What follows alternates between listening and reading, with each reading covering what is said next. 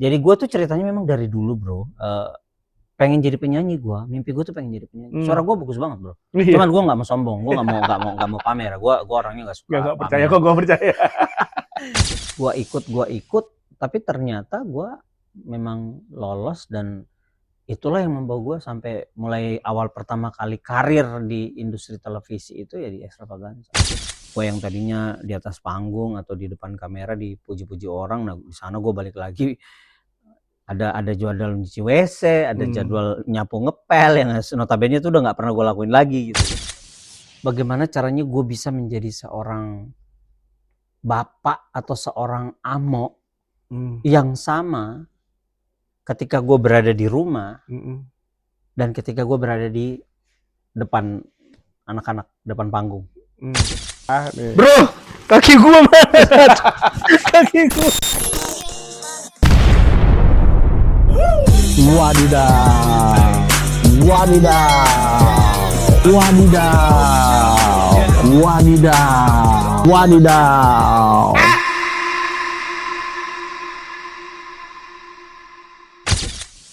Oke, balik lagi bersama saya Sony Mongan di podcast Leo Singa Jenaka. Iya, hidup itu penuh dengan tantangan kalau memang ya. Salah. Gimana? Udah ini podcast gue. Oh iya. Jangan menyelonong aja. Oh iya, sorry. Emang kebiasaan kalau MC begini nih MC ya. Cukup job sendiri aja. Oh iya, oke. Jangan sikat job orang. Siap. Oke, hidup itu memang penuh drama dan banyak ceritanya. Tapi kalau dijalani bareng Tuhan, pasti beda maknanya. Wadidaw. Bareng gue Leo Singa Jenaka. Sama hari ini gue kedatangan seorang artis. Artis apaan? Artis ada rumah tidur sembarang. Yes. Ini seorang MC terkenal ya. Sony Amo atau biasa dipanggil MC Amo ya. MC Amo dan gue sangat appreciate banget, sangat bersyukur hari ini bisa join bareng sama-sama kita mau ngobrol sama-sama sama Sony tentang kehidupan ya. Oh, gitu. Berat banget. Makanya nih susahnya kalau bareng MC gitu. Main serobot aja. Oke, langsung aja lah. Jangan lama-lama ya. Siap. Karena abis ini kita mau makan siang. Oh, iya. Gini dong, coba kenalin diri lo menurut versi lo. Oke. Ke teman-teman yang ada di podcast. Teman-teman, saya Reza Rahardian. Sorry. Nggak boleh. Beda segmen. Ya. Nama saya aslinya Sony Mongan, tapi di panggung itu dipanggilnya MC Amo. Saya seorang lebih fokusnya kalau dibilang passionnya adalah seorang public speaker, ya, coaching public speaking juga, MC, content creator dan entertainer lah lebih tepatnya. Jadi memang punya passion, senang untuk berbicara, senang untuk melatih orang untuk percaya diri dalam berbicara di depan orang. Oke. Hobi ngobrol berarti ya? Hobi banget bro. Hobi banget. Nah, kalau nih ya, lu memperkenalkan diri lu ya, tapi bukan pakai jabatan nih, pakai perjalanan hidup ya. Oke. Lu akan memperkenalkan diri sebagai siapa? Kalau kita menyingkirkan semua jabatan dan lain-lain, saya akan memperkenalkan diri sebagai seorang Sony Mongan yang punya kehidupan sangat bobrok di masa lalu, tapi diberi kesempatan kedua sama Tuhan. Oke, second chance ya? Ya, betul. Second chance. Nah, lu kan aktif di TV juga, aktif di depan jemaat juga. Betul. Ya, sebagai public speaker, sebagai MC. Lebih deg-degan mana sih? Mungkin lebih deg-degan pada saat di depan jemaat kali ya. Lebih deg-degan di depan jemaat? Iya, karena kan maksudnya gini, ketika lu menyampaikan sesuatu, sharing tentang firman Tuhan, itu kan bebannya adalah, makanya gue kenapa tidak pernah menyampaikan firman Tuhan untuk sesuatu yang belum pernah gue menang. Karena kan dalam artian beratnya itu kan kayak kalau ininya firman Tuhan itu kayak mungkin di depan jemaat bilang firman Tuhan itu pedang bermata dua kan. Lu nyayat orang, lu bisa kesayat sendiri juga gitu, dalam artian ya karena jangan sampai gue menyampaikan itu tapi gue sendiri ternyata tidak menghidupi. Iya, bahkan belum mengalami ya bahkan. Ya, yang ada cuma cerita Ya, dongeng doang. betul itu. Oke, gue mau masuk nih ke topik-topik ya. Awal masuk dunia MC sama TV itu awalnya tuh gimana sih? Kalau dibilang awal sih, saya itu berbicara di depan banyak orang.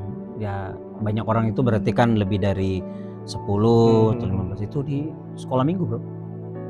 Tapi Gua kalau ngajar sekolah minggu itu diawali dari situ. Nah, gua mengetahui bahwa ternyata gua punya kemampuan itu di depan, bisa bicara depan orang, dan gua bisa membawa suasana itu hidup ketika gua bicara depan orang. Nah, singkat ceritanya adalah gua pindah ke Bali, gua sempat kerja di radio. Sempat kerja di radio. Nah, cuman kan kalau radio itu kan lu siaran tertutup kan, lu orang cuma mendengar suara lu. Nah, dari situ gue punya pengalaman, dikasih kesempatan untuk bisa nge-MC pertama kali gue itu adalah acara Sweet Seventeen, dan gue inget banget itu gue dibayar nasi kotak, ayam bawang Solo. Itu di Bali? Di Bali. Di Bali. Nah, terus? Nah, dari situ, nah akhirnya pelan-pelan gue dapet tawaran sampai akhirnya gue melihat bahwa ternyata gue punya talenta itu, gue punya bakat itu, gue punya skill itu, meskipun kan memang belum terasa karena ya namanya gue kan orangnya tidak di depan panggung pun, ya lu kenal gue lah, tidak di depan panggung pun tetap membawa suasana, mencairkan suasana, memang bacot, bawel orangnya. Nah, itu ternyata gue bawa ke atas panggung, gue pindahin sampai akhirnya itu tadi, ternyata ya gue mempelajari semakin terus upgrade bahwa ya udah akhirnya gue perbaiki, oh ini poin yang tidak perlu, ini perlu, dan ini mana yang perlu dilakukan di atas panggung, mana yang tidak. Jadi sambil jalan sambil lo ya, sikap-sikapi gitu. Betul. Ya ibaratnya gue memindahkan kebiasaan gue di tongkrongan sebagai pusat perhatian berbicara, gue pindahin ke panggung gitu. Oke. Sambil dipilih-pilih ya jalannya. Betul. Nah, gue mau singgung sedikit, lu kan pernah ada pengalaman masuk di stasiun TV, salah satu acara. Ya, betul. Wah, itu sih gue dulu tiap minggu nonton Extravaganza ya. Ya, lu betul. generasi ke... Gue angkatannya, bukan, gue tuh generasi berapa ya, pokoknya gue tuh seangkatan Omes, TJ, sama Papam. Gue di bawahnya Edric, di bawahnya Edric Chandra, Ence Bagus. Gue di bawahnya mereka. Nah itu, jadi gue tuh ceritanya memang dari dulu, Bro. Pengen jadi penyanyi gue, mimpi gue tuh pengen jadi penyanyi. Suara gue bagus banget, Bro. Cuman gue nggak mau sombong, gue nggak mau pamer. Gue orangnya nggak suka. Gak percaya kok, gue percaya. Nah, gue itu karena dulu sering nyanyi di gereja kan, gue sering nyanyi di gereja dan memang sering WL segala macam. Nah, akhirnya gue ikut audisi lah, gue ikut audisi, gue ikut AVI, gue ikut Idol gitu. Ya selalu nggak apa ya, bukan dibilang kaleng-kaleng. Gue diikut di Bali, AVI 2003 gue 20 besar, AVI 2005 gue 5 besar, gue sampai show ke Jakarta, Indosiar. Cuman pas seleksi masuk karantina, gue gugur. Idol pun begitu. Nah, singkat ceritanya gue itu pengen ikut ada audisi Extravaganza gitu. Nah, karena ya dari situ gue sebenarnya tidak mau, gue udah mikir, wah kayak memang jalan gue tuh bukan di industri ini gitu, bukan di entertain. Nah, gue jadi anak teman-teman gue itu seangkatan waktu itu kuliah di Stikom di Makassar tuh, dia ngomong, ini dong, ajarin dong gimana sih kalau kita audisi itu gimana caranya. Gue kasih tahu, oh ya lu paling datang gini. Nah, jadi gue nggak niat, Bro, nggak ada niatan mau. Padahal ayo, mereka manggilnya kan kakak Amo, kita ikut ikut audisi. Belum, nggak mau. Sampai akhirnya singkat cerita gue ikut di situ. Gue ikut, tapi ternyata gue memang lolos, dan itulah yang membawa gue sampai mulai awal pertama kali karir di industri televisi itu ya di Extravaganza. Terus ada nggak selama lo di TV nih ya, waktu itu kan lo masih di TV nih kan, pengalaman atau cerita yang paling berkesan deh, atau mungkin ada kejadian paling lucu gitu, atau mungkin paling berkesan lah buat lo gitu. Kalau dibilang paling berkesan, semua cerita perjalanan gue di industri TV, karena gue menikmati ya, itu menurut gue semua cerita itu berkesan. Cuman memang kalau ditanya soal soal berkesan atau tidak, ya yang gue lihat adalah gue itu menyadari gitu, karena gue ingat banget gue kalau nonton Extravaganza dulu kan, setahun sebelum di Extravaganza, gue tuh memang sama pencinta Extravaganza juga bro. Gue nontonin dari kos-kosan gitu, wah gue ngakak nonton mereka di TV gitu, gue ngakak. Dan ternyata tiba-tiba yang gue melihat tahun berikutnya itu adalah gue ada di panggung sama mereka. Makanya itu pertama kali waktu gue masuk show Extravaganza, terus gue lihat di panggung, sepanggung sama mereka, gue tuh wah gila, gue sepanggung nih. Gue ketemu sama Aming, ketemu Bang Tora, apalagi Mas Indra tuh gue ngefans banget sama Indra Birowo gitu kan, almarhum Roni Dosa dan segala macam. Gue ketemu mereka, gue kayak wah ini, gue tuh sampai speechless ngeliat mereka.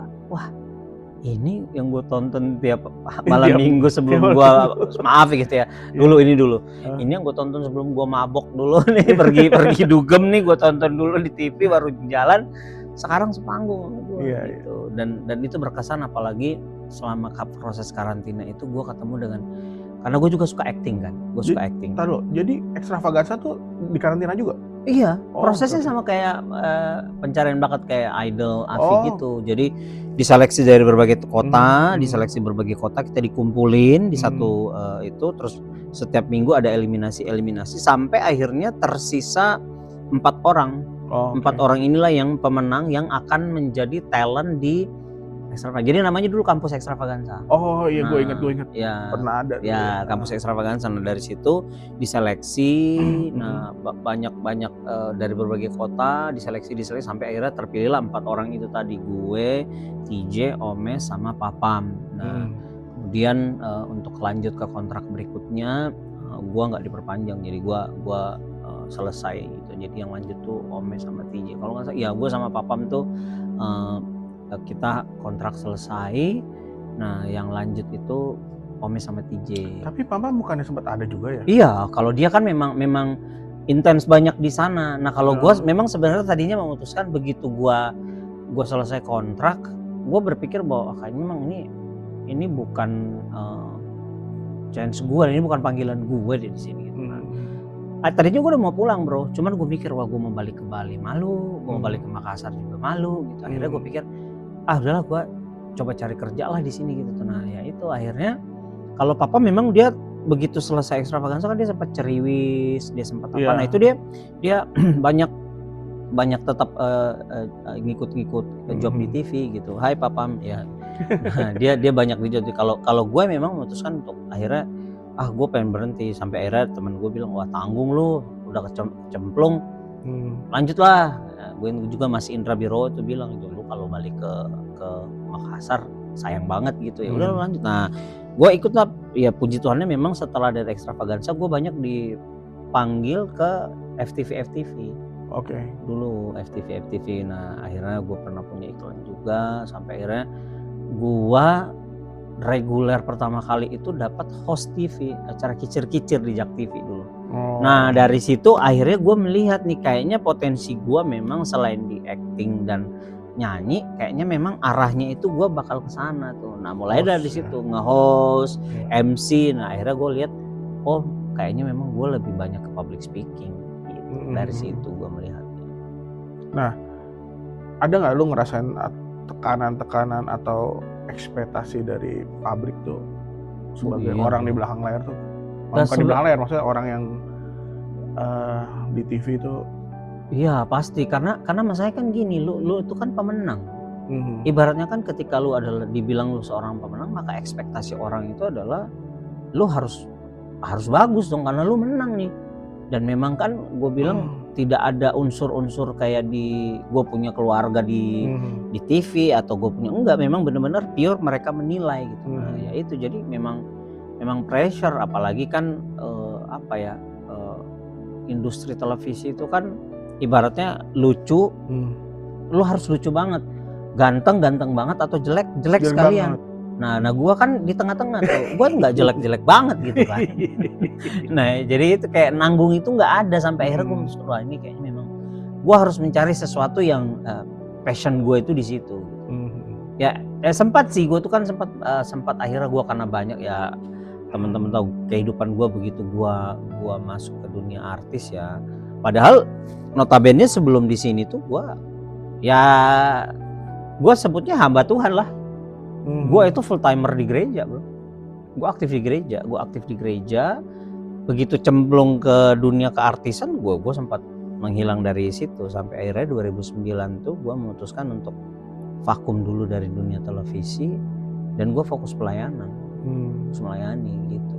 Jadi kalau dibilang pressure di dalam industri seperti itu ada, apalagi lu dibilang lu pemenang nih, lu harus lucu nih, lu kalau nggak lucu sia-sia dong ini kita menangin lu gitu loh. Oke. Dan eranya ini dari zaman televisi, sekarang setuju nggak setuju kan pindah ke digital ya. Betul. Pindah ke era digital ini, nah pernah nggak lu ngerasa di era perpindahan ini, apalagi di era digital lu ngerasa kehilangan arah gitu?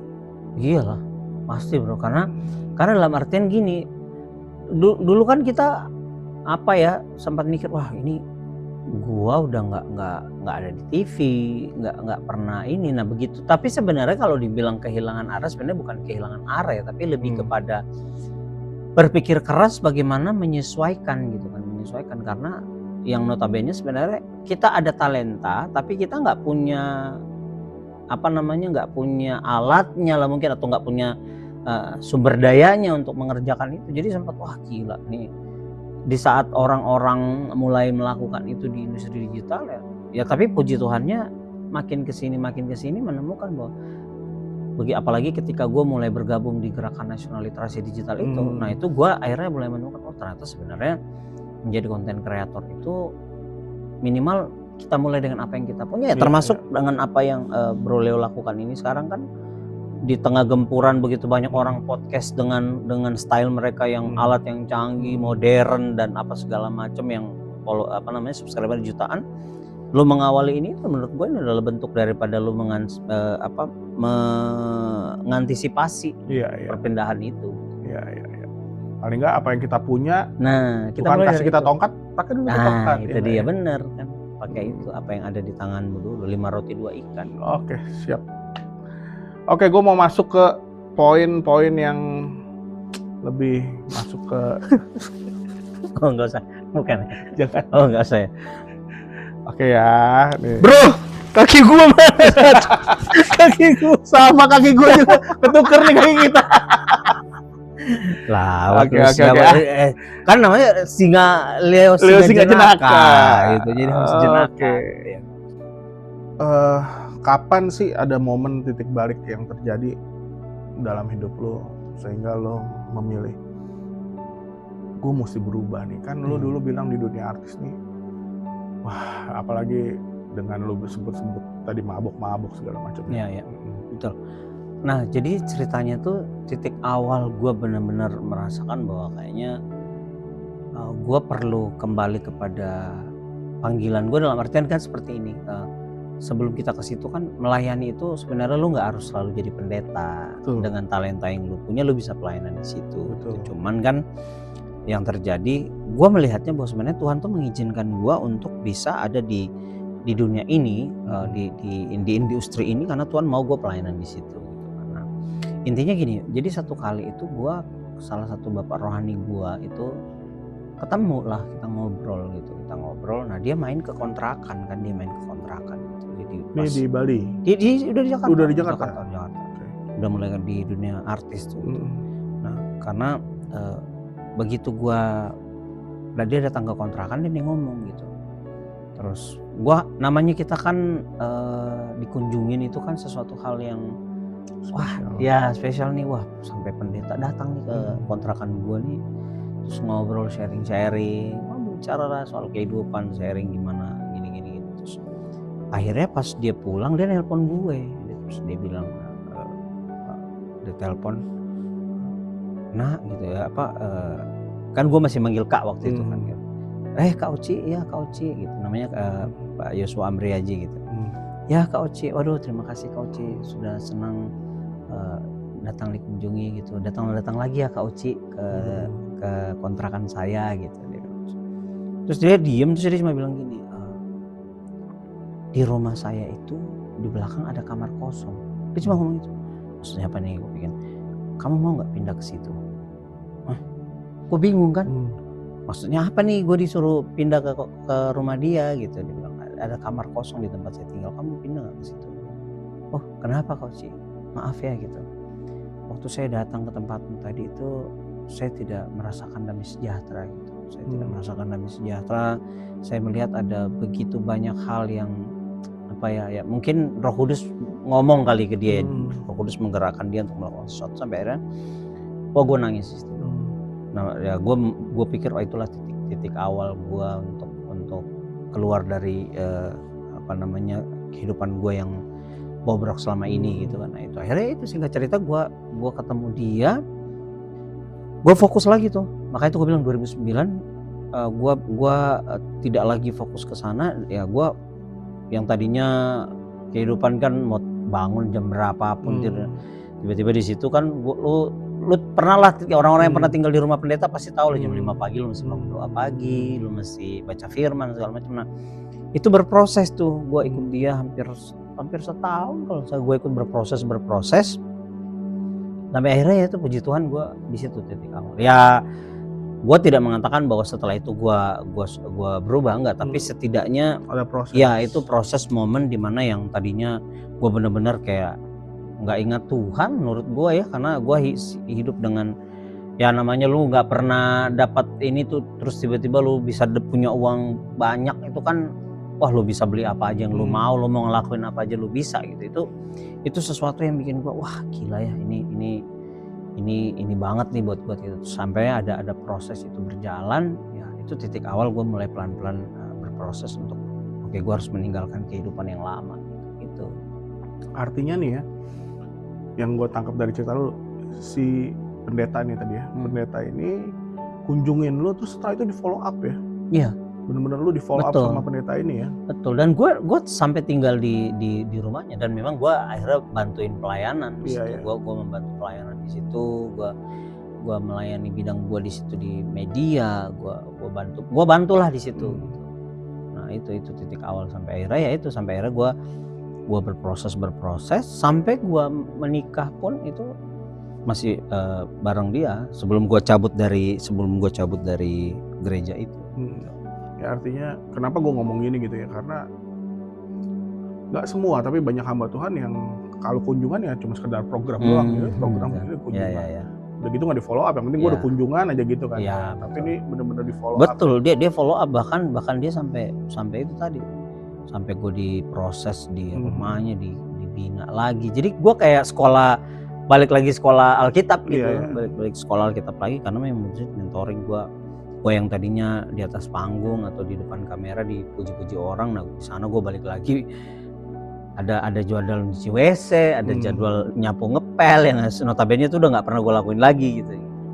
Jadi ya bukan bermaksud dalam artian jadi pembantu, bukan, karena kan memang kita di situ tuh ada beberapa anak-anak yang tinggal di rumah pendeta itu kan. Jadi kayak pendidikan karakter balik lagi sih bro, gitu. Kerendahan hati lagi gue di situ ditempatnya. Nah waktu lu memutuskan untuk ikut berproses ini, ada nggak keputusan yang paling berat yang lu rasain? Awalnya ya, karena gue berpikir gue harus meninggalkan gemerlapnya dunia entertain, karena itu passion gue. Memang gue tuh passion gue di dunia entertain. Gue jujur karena mesti meninggalkan itu dan meninggalkan kenyamanan nih, maksudnya gue biasa hidup sendiri, nggak ada yang ngatur gitu ya. Gue mau tidur jam berapapun, gue mau bangun jam berapapun, nggak ada yang ngatur hidup gue gitu, karena gue kan tinggal sendiri gitu. Tiba-tiba gue harus pindah dan hidup benar-benar kayak lu di asrama lah, di sekolah Alkitab, di mana di sekolah karakter dimanapun pasti kan asrama itu pasti gitu kan, lu mesti bangun pagi, mesti nyapu, bergantian dengan yang lain, mesti bersihin kamar mandi, ya kayak ada jadwal gitu loh. Pagi lu mesti bangun jam 5, mesti doa segala macam itu. Ya itu kayak wah gila, ini keluar dari zona nyaman banget nih gitu. Berarti memang saat itu lu ngambil keputusan dunia keartisan lu ini lu tinggalin. Ya betul gitu ya. Dan fokus pelayanan. Tapi ya meskipun pada akhirnya memang setelah seiring berjalannya waktu, ternyata memang akhirnya gue menemukan gitu. Jadi kenapa gue dibalikin ke situ, karena ya itu Tuhan mau berproses dulu sebelum gue mendapatkan sampai ke titik sekarang ini ya gue harus melewati banyak hal. Jadi gue harus melewati banyak hal ya itu tadi supaya gue mulai belajar gitu. Oke, berubah segala macam ya. Gue melihat bahwa Tuhan tuh memberikan kita kesempatan. Sebenarnya itu tadi kesempatan kedua itu Tuhan tuh, karena gue bilang gini, semua orang itu punya hak untuk memiliki kesempatan kedua. Karena nggak ada manusia yang sempurna lah gitu. Siapapun kan pasti pernah jatuh dalam kegagalan, pernah jatuh dalam dosa dan lain. Nggak ada yang sempurna gitu. Tapi kan pertanyaannya adalah, ya itu yang gue selalu belajar dengan prinsip ini. Gue ada prinsip yang bilang gini, berubah itu, ceritanya gini, berubah itu hari ini lu curi mangga 5, besok lu curi mangga 4. Besoknya lu curi mangga 3. Itu kan proses, tapi tetap mencuri dalam artian gini. Besoknya lu mencuri 2, mencuri 1, sampai akhirnya lu nggak mencuri lagi. Gitu. Kayak yang kan mungkin yang perokok biasa gitu kan. Oke, mau berhenti ngerokok. Dia nggak akan bisa berhenti instan langsung nggak ngerokok kan. Mungkin biasanya dia sehari bisa 5 bungkus, mungkin ini dia pelan-pelan, dia coba, dia proses, dia tahan-tahan. Sampai itu tadi. Nah, makanya gue melihat itu bahwa Tuhan tuh ngasih kesempatan itu dan sebenarnya fungsi kita adalah ketika Tuhan kasih kesempatan itu ya lu ambil gitu, lu ambil, jangan sampai lu sia-siakan, karena ya itu tadi, manusia itu tidak ada yang sempurna, semua pernah jatuh dalam dosa, semua punya ini, tapi waktu kita ngambil kesempatan itu untuk berubah, gua rasa Tuhan akan membuka jalan ya. Dia kan sangat-sangat memberikan kesempatan itu, apalagi orang-orang yang mau datang bertobat. Menurut gua Tuhan tidak akan pernah membiarkan kok gitu. Jadi ketika ada kesempatan kedua itu datang, dapat kesempatan untuk oke, lu harus berubah, ya ambil kesempatan itu, berubah gitu menurut gua. Tapi kan kalau kita ngomong second chance ya, kesempatan kedua yang menurut lo kita ambil, dan ini kesempatan dari Tuhan ya. Tuhan nggak akan melihat, bukan nggak akan melihat, tapi ya masa lalu lo dirubah lah sama Tuhan. Betul. Itu versi Tuhan. Setuju nggak setuju, manusia nggak ngeliat itu. Ya. Tetap ada gini, lu kan dulunya begini, lu kan dulu begitu gitu. Nah, lu tekanan kayak gitu. Iya, karena itu lihat tadi kan, manusia kan memang kita tidak bisa menyalahkan, maksud kita tidak bisa menyalahkan pandangan orang, kita nggak bisa menyalahkan orang lain, karena itu tadi manusia kan menuntutnya orang lain tuh harus sempurna, apalagi ketika dibilang lu menyandang hamba Tuhan, pendeta atau apapun ya. Orang tuh taunya lu pendeta lu harus sempurna, karena memang hidup lu harus satu level di atas jemaat biasa gitu kan gitu.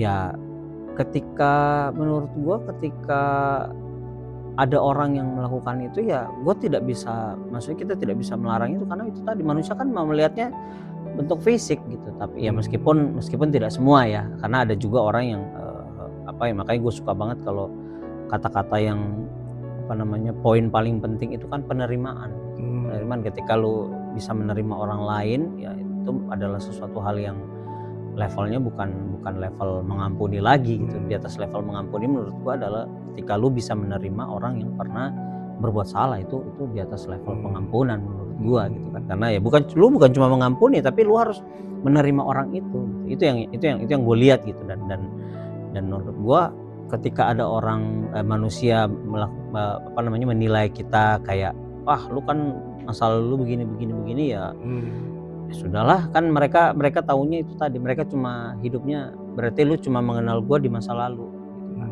Karena kan intinya adalah kita bukan mengenai kita hidup siapa kita sekarang sebenarnya kan. Ini kan mengenai siapa kita 5 menit ke depan, siapa kita 10 tahun ke depan, 1 jam ke depan, 2 hari, itu yang poin penting kan. Kan Tuhan aja nggak ngelihat itu, karena belum tentu juga orang yang ngomong lu begini, belum tentu dia juga sempurna. Dia juga pasti punya masalah yang sama, dia juga pasti punya kejelekan dan kebobrokan yang sama di masa lalunya. Tapi kan itu tadi yang gue bilang, bahwa gue percaya bahwa Tuhan tuh selalu melihat bukan mengenai siapa kita sekarang, tapi setelah Tuhan kasih second chance itu yang Tuhan lihat.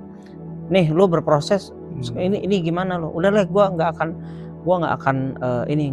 melihat apa yang ada di belakang, tapi gue melihat oke, lu akan jadi apa ke depannya nih?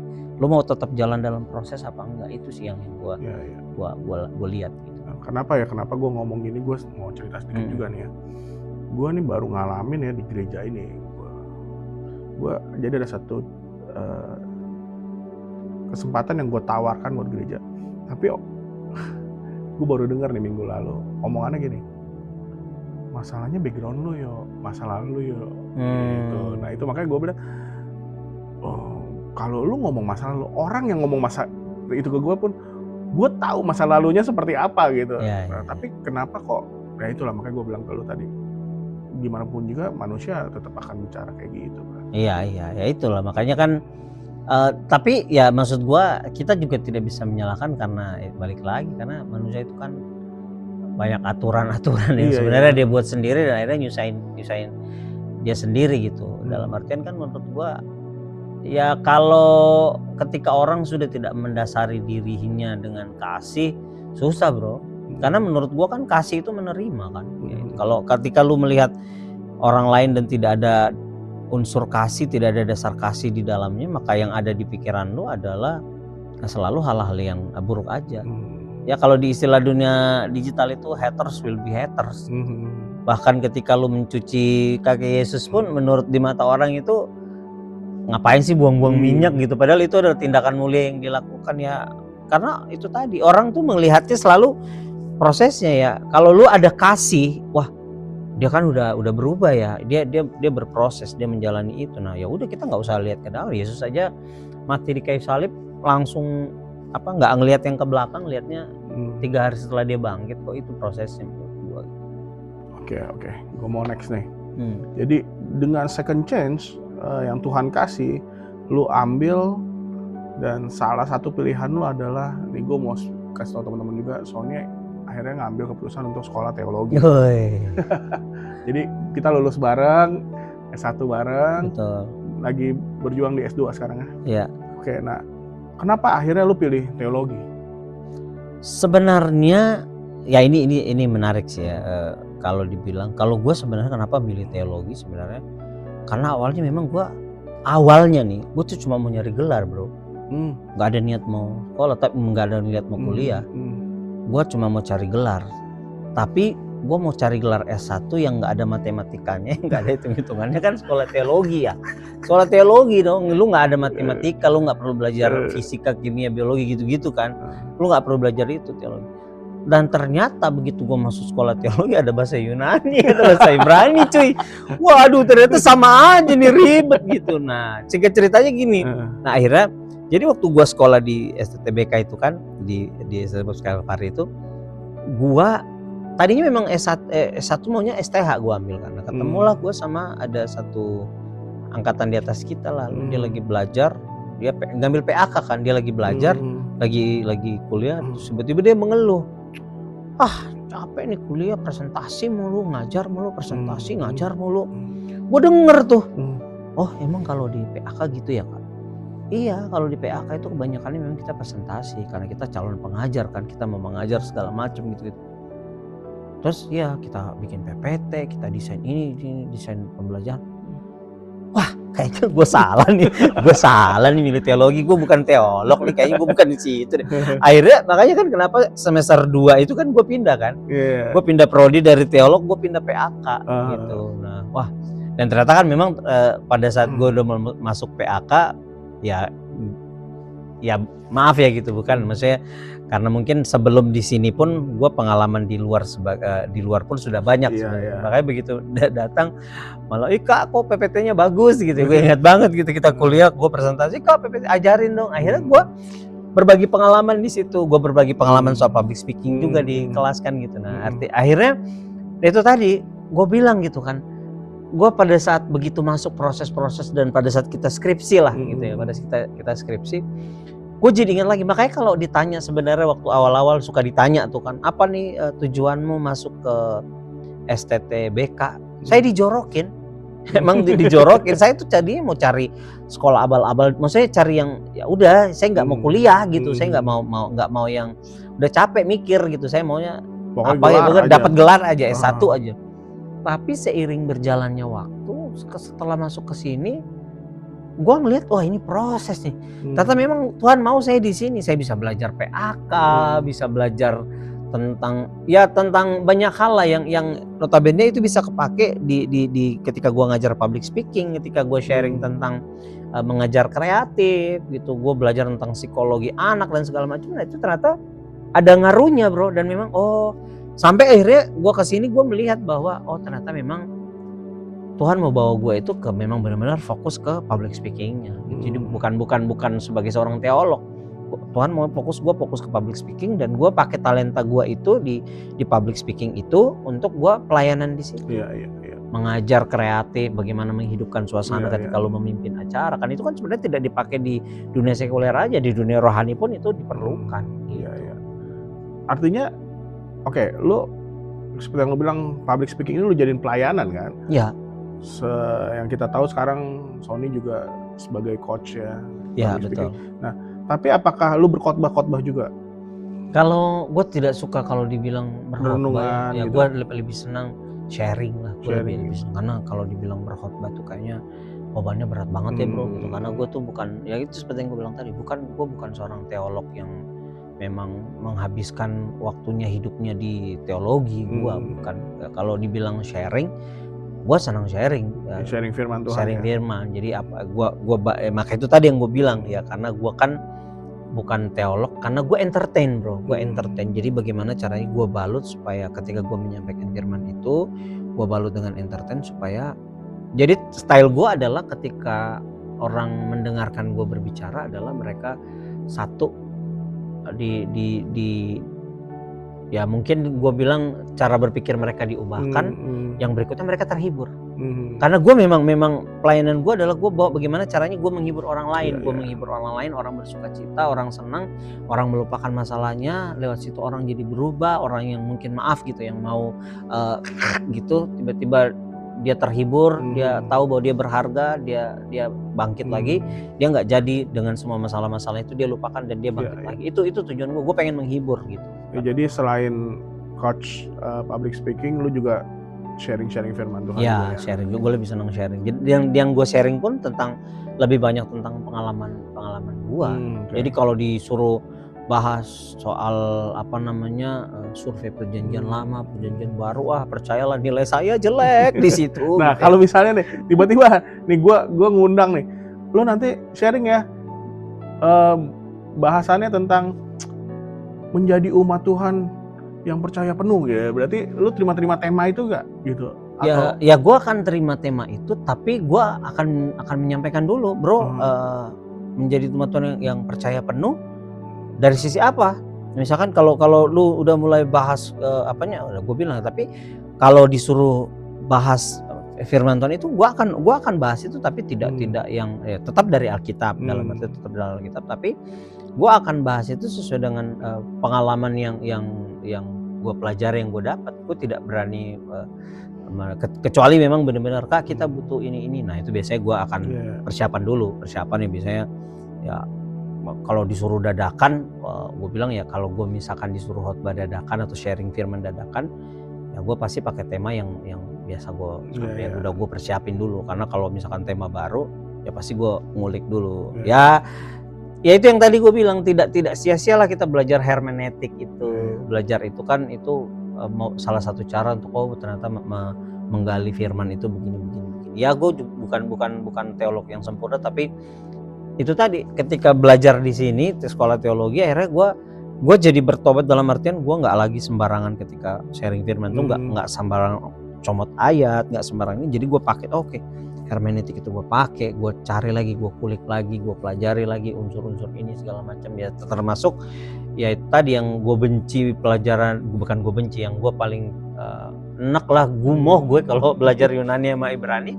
Akhirnya gue begitu kalau disuruh persiapan, gue ternyata ini ya maksudnya Tuhan gitu, bahwa ternyata bukan soal ininya, tapi ternyata memang lu harus belajar itu karena bahasa asli dari firman Tuhan itu kan dari situ. Jadi lu harus ngulik dulu ya itu tadi. Makanya gue kalau lagi disuruh firman dan tema itu belum pernah gue bahkan gue kulik lagi ya buku-buku kita, buku-buku Yunani kita, buku-buku Ibrani, buku-buku survei itu segala macam itu, eksposisi itu gue buka lagi sebenarnya. Ya artinya sharing firman yang lu sebut tadi adalah sebenarnya khotbah ya, tapi yang lebih aplikatif aja. Ya, gue lebih jadi bukan teori-teori yang wah ini banget, enggak, karena gitu ya. Dan itu tadi gue meskipun mungkin untuk beberapa orang mereka tidak setuju dengan wah khotbah itu nggak harus lucu-lucu ya, nggak apa-apa, itu pandangan mereka. Kalau gue lebih, karena menurut gue gini, kenapa gue senang dengan sesuatu selalu ada unsur ketawa di situ, selalu ada unsur lucu ketika gue sharing, karena menurut gue gini, dalam kehidupan lu pasti akan selalu memikirkan dua pengalaman buruk sama pengalaman lucu, bener nggak? Iya kan, ketika lu pasti ada momen lucu yang gitu, pasti lu akan mikir itu kan. Nah, ya lu akan ingat itu. Nah di situ gue selalu pakai itu. Ketika gue sharing sesuatu dengan hal yang lucu, dia akan ketawa kan. Dia pulang dia akan ingat itu gitu. Dia akan ingat, dia akan ketawa. Tadi si Amo lucu banget waktu dia sharing gini. Dia waktu dia ingat momen itu kan otomatis dia ingat materi apa yang bikin dia ketawa. Oh, misalkan contoh itu, lu jangan ngerokok ya, nanti ngerokok, atau lu jangan narkoba ya, lu jangan gini nanti lu, itu akan ketika dia pulang dia ketawa, ya juga ya, ngapain gua narkoba ya. Itu harapan gua adalah ketika gua menggunakan konsep itu, konsep ada unsur humor, ada unsur komedi di setiap gua sharing, tujuannya supaya orang bisa mengingat momen lucu itu, dan momen lucu itu jadi momen berubah mereka. Kursi lu sih lucu banget. Itu maksud gua. Gak sering mulat juga dong. Iya. Gitu maksud gua, bro. Oke. Dari sekolah teologi ini yang lu jalanin ini, pelajaran yang paling ngerubah hidup lu apa? Pelajaran yang paling ngerubah, selain lu tadi sebut ada hermeneutik, ini ternyata ngerubah cara gua siapin gitu kan ya. Selain itu yang paling ngerubah gitu. Yang paling ngerubah gua itu komunikasi. Salah satunya komunikasi. Komunikasi. Ya komunikasi juga. Komunikasi sama ini sih, kepemimpinan. Oke. Ya. Kalau komunikasi kan akhirnya gue dapat referensi baru kan. Kalau anak-anak STTBK tuh tahu kan 7 sinyal ya kok gue. Ya benar yang dibahas soal komunikasi itu gitu. Nah, itu gue cukup cukup belajar dari situ, dan itu mindset gue, cara berpikir gue sama mata kuliahnya Ibu, kok gue lupa ya, Bu Chandra. Psikologi pendidikan. Psikologi pendidikan. Iya. Ya intinya semua banyak sih, banyak mata kuliah yang gue pelajarin itu merubah lagi cara kayak pembelajaran, materi pembelajaran dan segala macam itu. Yang paling ini sih sebenarnya musik gerejawi ya. Gue paling ini kalau dosennya nonton nih, cek. Bercanda ya Ibu Mei, Ibu Mei gitu ya. Kalau ya enggak, maksudnya kalau gue sih melihat itu dapat C ya, padahal Monang bisa dapatnya. Itu yang gue kesel, Monang dapat lebih tinggi dari gue. Padahal segi suara gue lebih bagus, lagu gue lebih bagus. Ya cuman karena itu masalah disiplin aja sih. Terima kasih Ibu Mei sudah mengajarkan kedisiplinan. Ya, gue tidak membenci ya, jangan sampai dikira wah diungkit benci lah sama Ibu Mei, enggak. Enggak, ini kan juga satu bagian atau satu fase yang lu nggak bisa lupain atau lu bilang lucu tadi. Itu momen yang nggak pernah gue bisa lupain di sekolah ini gitu loh. Sesuatu hal yang menurut gue sangat menguasai itu gitu. Apalagi yang bikin lagu, kreativitas segala macam, ternyata gue di situ harus A+ malah ya, dapatnya C gitu kan. Itu kan sesuatu hal yang ya itu. Ya. Tapi mungkin ini bisa menjadi masukan buat Ibu Mei. Enggak, beda ya. Oke.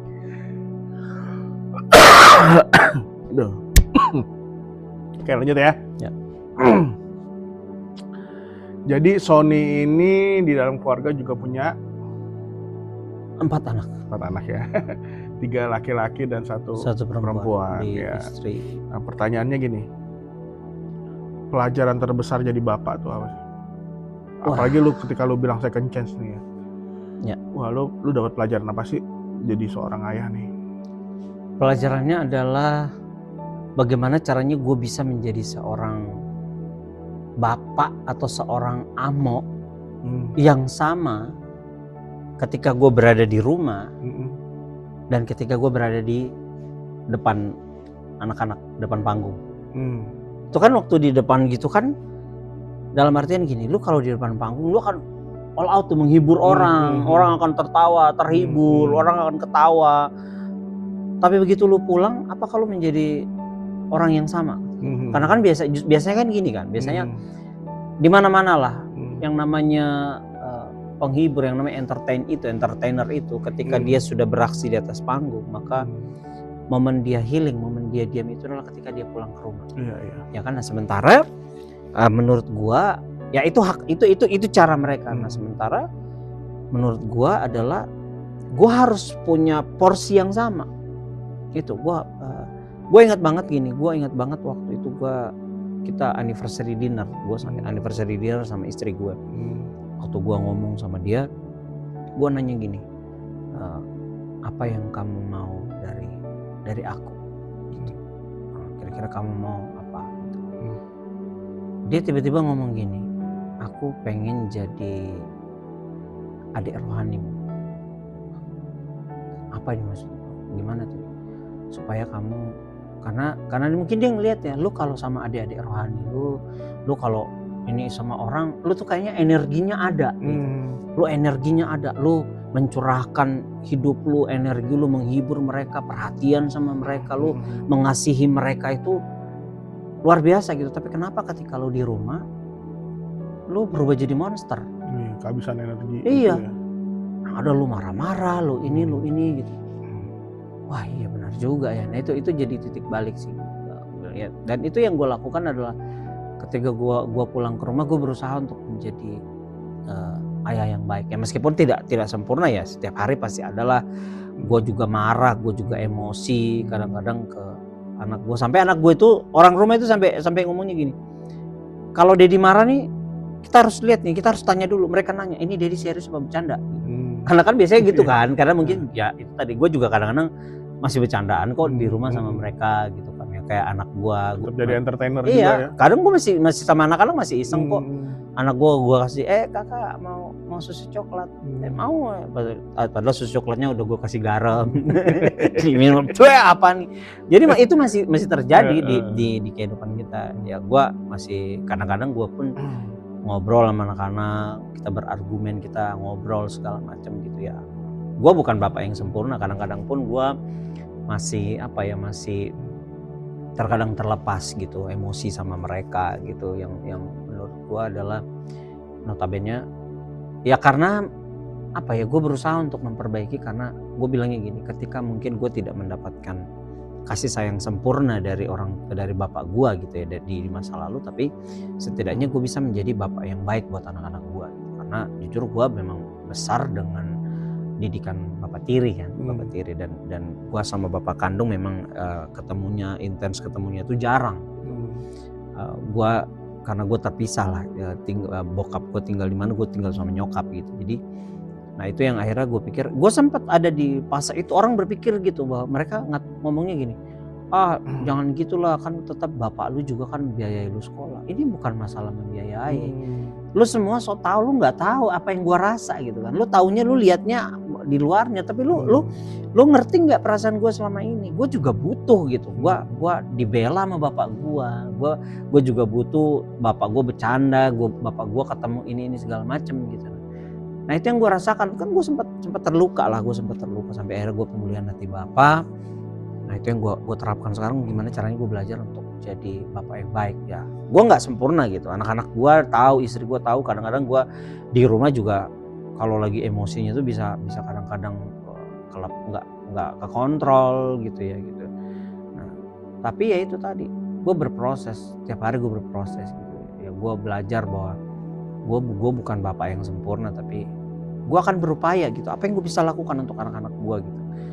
Gimana caranya setiap hari anak-anak gue itu bisa makan? Gue memikirkan itu. Bagaimana caranya supaya apa yang mereka mau, ya meskipun kadang-kadang ya namanya lu bapak ya sedih lah gitu kan. Kalau lu harus, anak lu pengen, Dad boleh ini enggak gitu, tapi lu nggak bisa menuhin, itu kan suatu hal yang menyedihkan. Tapi gue bersyukurnya bro gini, gue bersyukurnya gue punya anak-anak yang hebat, gue punya anak-anak yang luar biasa, yang Tuhan tuh bukan cuma ngasih mereka itu anak yang lucu-lucu, tapi mereka pengertian. Makanya gue bersyukur mereka sekarang kalau ini tuh cuma, Dad ada duit nggak, mau beli ini gitu. maaf nak, Dedi belum ada. Oh ya udah deh, nggak apa-apa. Itu kan Nggak tantrum ya. priceless bro. Itu lu bisa ketemu anak yang Iya, anak iya, lu iya. bisa mengerti kondisi bapaknya ketika dia mau ini. Nah makanya gua kalau lagi ada memang benar-benar ada berkat ketika mereka mau, bukan gua main, bukan, ketika memang gua lagi ada berkat lebih dan mereka mau ini, gua jor-joran juga bro. Gua ya itulah gua bilang, akhirnya gua ngajarin mereka bahwa ketika lo butuh sesuatu, berdoa sama Tuhan, nanti Tuhan akan kirim sesuai waktunya gitu. Dan mereka ngelihat itu, iman mereka memperlihatkan bahwa ya lo tahu gua lah, tapi gue bukan orang kaya, gue bukan orang yang punya gaji pokok, tapi lu lihat anak kita, gue bilang sama mereka, kamu lihat Dedi punya gaji pokok nggak ada, tapi kita kelaparan enggak kan? Kamu lihat barang-barangmu tuh branded loh, nggak ada yang ecek-ecek loh. Kamu bisa punya PS5 segala macam itu karena ada orang-orang yang memberkati bro, ada orang yang datang. Kamu lihat kan, kamu berdoa, kamu sabar, kamu tekun, Tuhan tuh kirim orang-orang untuk memberkati kita. Karena itu tadi, kamu tekun, kamu selalu berdoa, kamu selalu hidup benar sama Tuhan, itu Tuhan akan memberkati gitu. Dan itu yang gue bilang ya, gue merasakan lah tantangan terberat itu tadi, bahwa bagaimana cara, dan gue berproses bagaimana caranya ketika gue on fire di panggung, begitu gue sampai rumah gue juga harus bahkan lebih, porsi gue lebih daripada waktu gue di panggung. Iya, makanya itu nggak gampang ya. Enggak. Sebagai seorang komedian, entertainer itu makanya sorry gue yang gue tahu banyak, makanya komedian atau entertainer gitu sampai rumah jadi bapak yang galak, jadi bapak yang tegas gitu ya, karena ya itu ya perlu healing ya. Betul, karena kan kita energi bro, capek bro. Makanya tuh gue bilang, gue kalau nge-MC Kak bangun suasana ya, pulangnya itu gue pasti capek banget bro. Apalagi nge-MC seharian tuh gue capek banget, karena gue mesti memikirkan oke, gimana caranya, apa yang gue buat tuh orang ketawa, gimmick apa nih supaya orang terhibur dan segala macam. Nah pulang ke rumah kan, ya puji Tuhannya sih anak-anak gue yang gede itu, gue punya terapis di rumah. Jadi dia udah tahu gitu, kadang-kadang mereka, Dad mau digosokin minyak nggak? Kadang-kadang mereka ya karena kita udah toku ya bro, jadi tetaplah itu ya, minyak angin gitu tuh tetap digosok. Mereka paham itu kok, mereka ngerti itu. Dan itu hiburan gua gitu. Menurut gua adalah ketika gua pulang ke rumah, gua ngeliat istri gua, ngeliat anak-anak gua gitu, gua juga kayak bersyukurlah Tuhan, gua bersyukur Tuhan, terima kasih gua masih dapet Tuhan tuh. Gua bukan nggak butuh duit. Gua nggak munafik, gua butuh duit, tapi ketika gua pulang, gua ngeliat istri gua bisa senyum, gua ngeliat anak-anak gua happy, datang apalagi yang kecil gitu, datang meluk, terus semuanya, "Hai Dad," 4 anak gua datang meluk, itu momen berharga gitu. Dan itu apalagi istri gua ya, gua bersyukur karena menurut gua tempat gua untuk sharing, untuk curhat, untuk istri gua gitu kan. Karena gua bilang istri gue ini sesuatu orang yang luar biasa banget gitu. Dia tuh mau menerima gue apa adanya, dia mengampuni gue dengan segala keterbatasan gue. Itu menurut gue dia istri yang keren, istri yang luar biasa. Tuh. Iya, cuma memang dia kalau lagi dapat transferan ya nggak pernah dibagi ke gue. Biasanya diambil semua sama dia. Duit dia katanya. Itulah itu manusiawi. Tapi ya gue bersyukur lah, maksud gue bisa ketemu mereka, gue bisa punya istri, anak-anak, gue bisa punya sahabat-sahabat kayak lu berdua ya. Ya gue bersyukur lah dengan kondisi ini, bahwa itu tadi, gue punya masa lalu yang buruk banget. Kehidupan gue kemarin itu busuk banget, tapi Tuhan kasih second chance, Tuhan kasih komunitas, ada good friends, Tuhan kasih sahabat-sahabat, ada elu, ada orang-orang, ada teman-teman sepelayanan di tempat gue di PT segala macam. Itu menurut gue sesuatu hal yang bahkan Tuhan kirimkan keluarga-keluarga juga yang sahabat-sahabat yang udah seperti keluarga gitu. Ada apalagi gue punya keluarga juga yang luar biasa gitu, yang gue punya kakak-kakak, ipar dan segala macam, yang puji Tuhan itu kayak second chance itu. Oke Tuhan, gue ambil proses ini karena gue tidak mau melihat itu lagi, karena Tuhan taruh gue di tempat ini, dan gue harus bagaimana caranya gue juga melayani orang-orang ini, gue juga bagaimana caranya gue mengasihi orang-orang ini, apa yang gue bisa buat untuk orang-orang ini gitu. Oke. Selain doa lo ajarin ke anak-anak lo tadi, nilai yang pengen lo warisin buat keluarga lo apa sih? Kalau gue sih selalu pasti gue bilang adalah Tuhan Yesus itu nomor 1. Makanya gue bilang gini, mereka tahu banget gitu. Mereka kalau habis terima rapor, nilai mereka yang lain itu jelek, bukan itu yang gue lihat pertama kali. Mereka udah tahu yang paling pertama gue lihat adalah nilai agama. Pelajaran agama gue lihat. Pelajaran agama sama budi pekerti, sama karakter itu kan ada tuh nilai. Itu kalau sampai jelek, wah habis. Dalam artian gue omelin, pasti gue marahin. Mereka tahu, mereka udah tahu tuh. Makanya ketika mereka datang tuh kalau bawa nilai terus mukanya agak mesem tuh, wah ini pasti agamanya turun nih. Karena menurut gue agama itu penting. Kekristenan, karakter Kristus itu penting untuk dihidupi gitu. Dan karakter, apalagi ketika lu tidak menghidupi karakter itu dengan baik dan orang tidak suka sama lu, maka lu tidak akan ketika kelakuan lu, karakter lu buruk, lu tidak akan disukai orang, dan ketika lu tidak disukai orang, lu tidak akan bisa jadi berkat gitu. Nah itu akhirnya ya mereka paham ya. Bukan berarti gue bilang gue tidak setuju dengan pelajaran lain, enggak. Mereka ya kalau itu bagian emaknya lah gitu kan. Emaknya kan memang mamanya spesialis akademik, kalau gue kan memang lebih ke seni gitu kan. Ya, tapi gue bilang itu nomor 2. Tapi lu tetap harus nilainya juga yang lain juga harus bagus dong gitu. Tapi paling utama adalah kekristenan, karakter Kristus itu paling penting. Kamu harus jaga nama baik keluarga. Maka itu mereka tuh puji Tuhannya, teman-teman gue kalau dia nginep gitu, termasuk si Gaby Idol sama suaminya, waktu dia nginep mereka di bawah, mereka bilang, "Kak, itu anak-anak sopan banget ya," gini. Gue bilang itu nilai-nilai. Ketika lu keluar dari rumah, lu membawa nama besar keluarga lu, dan ketika lu mempermalukan itu ya itu. Tapi dalam artian itu tadi gue bilang, makanya lu kalau di luar tuh bergaul lah yang baik. Ya hidupi karakter Kristus lah, kekristenan lah, firman Tuhan tuh harus dasar buat mereka. Itu sih gue bilang. Karena itu tadi gue punya masa muda masa lalu yang tidak sempurna, gue bobrok banget, dan gue selalu bilang kamu tidak perlu jatuh di lubang yang sama, supaya kamu justru ketika belajar dari pengalaman orang lain itu jauh lebih murah daripada kita harus mengalami sendiri. Maka itu gue selalu menerapkan itu ke mereka. Ya, jadi agama, budi pekerti, doa, Tuhan itu semua nomor 1 di keluarga. Itu penting. Oke, gue mau masuk ke pertanyaan menutup. Ya. Ini lu boleh jawab singkat, boleh lu jelasin ya. Menurut lu ya, setiap orang tuh bisa dapat second chance kan? Menurut gue iya bisa. Bisa. Menurut gue semua orang bisa dapat second chance, dan mereka berhak untuk mendapatkan itu. Nah, kalau menurut lu setiap orang bisa dapat second chance, cara tahu itu second chance dari mana? Ya ketika lu misalkan lu sudah melakukan itu dan lu masih dikasih kesempatan sama Tuhan untuk memperbaiki, ya itu menurut gue itu second chance. Nah tinggal balik lagi kan. Ketika lu habis melakukan itu, dikasih kesempatan kan, kayak ibarat katanya, nih lu bikin bantal ini ya, jelek nih, sorry deh, gue nggak pesan sama lu lagi itu. Tapi tiba-tiba, sorry nih jelek nih ininya, perbaiki ya, gue pesan lagi tapi tolong diperbaiki. Nah lu kan berarti harus evaluasi dong. Lu harus melihat mana nih yang ininya tadi dikritik, ini ternyata gue pakai bahannya ini nih, misalkan bisa jadi kan gitu, gue cari keuntungan, gue pakai bahan yang murah aja tapi orang jadi nggak suka. Nah itu ya gue dievaluasi. Oke, dia masih kasih kepercayaan, berarti meskipun gue habis bikin kesalahan dan gue masih dikasih kepercayaan untuk ada di situ, menurut gue itu second chance. Oke, cara ngenalinnya gitu ya.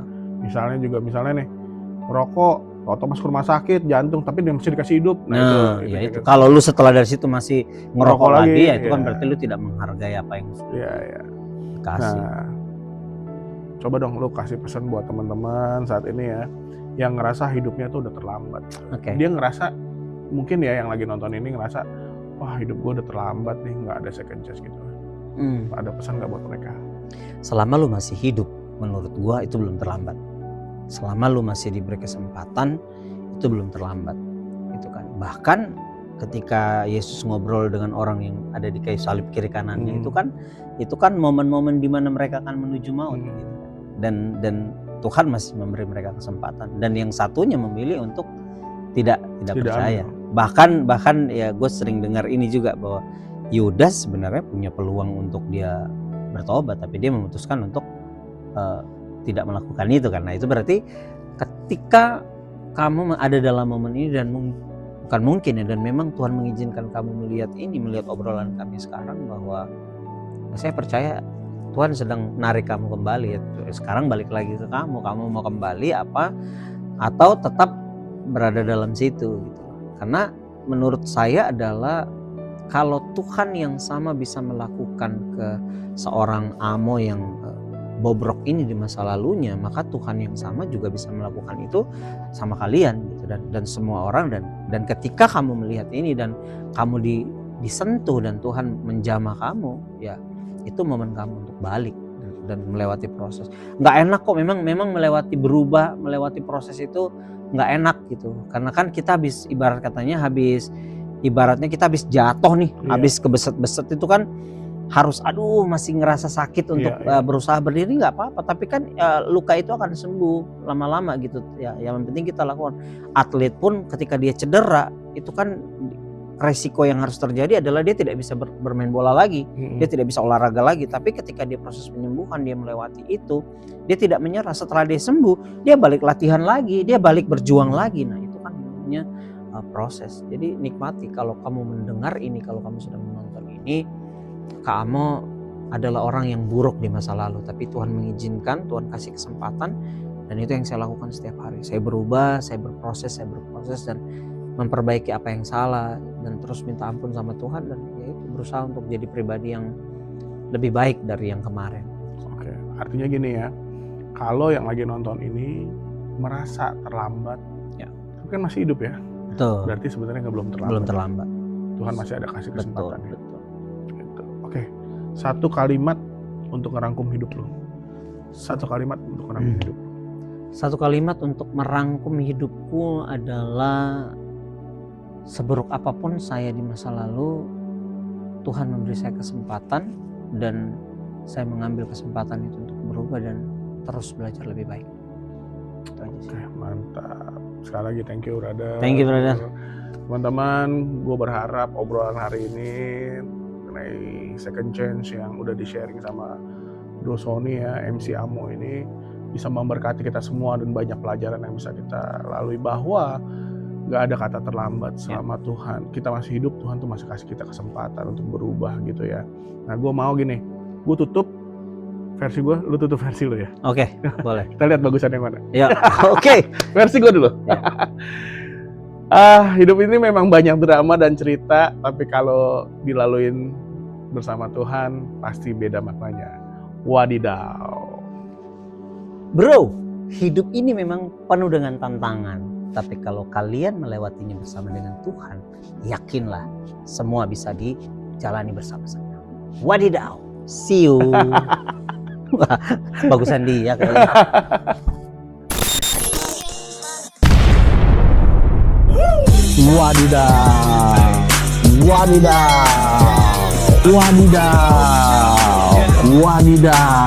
Wadidaw.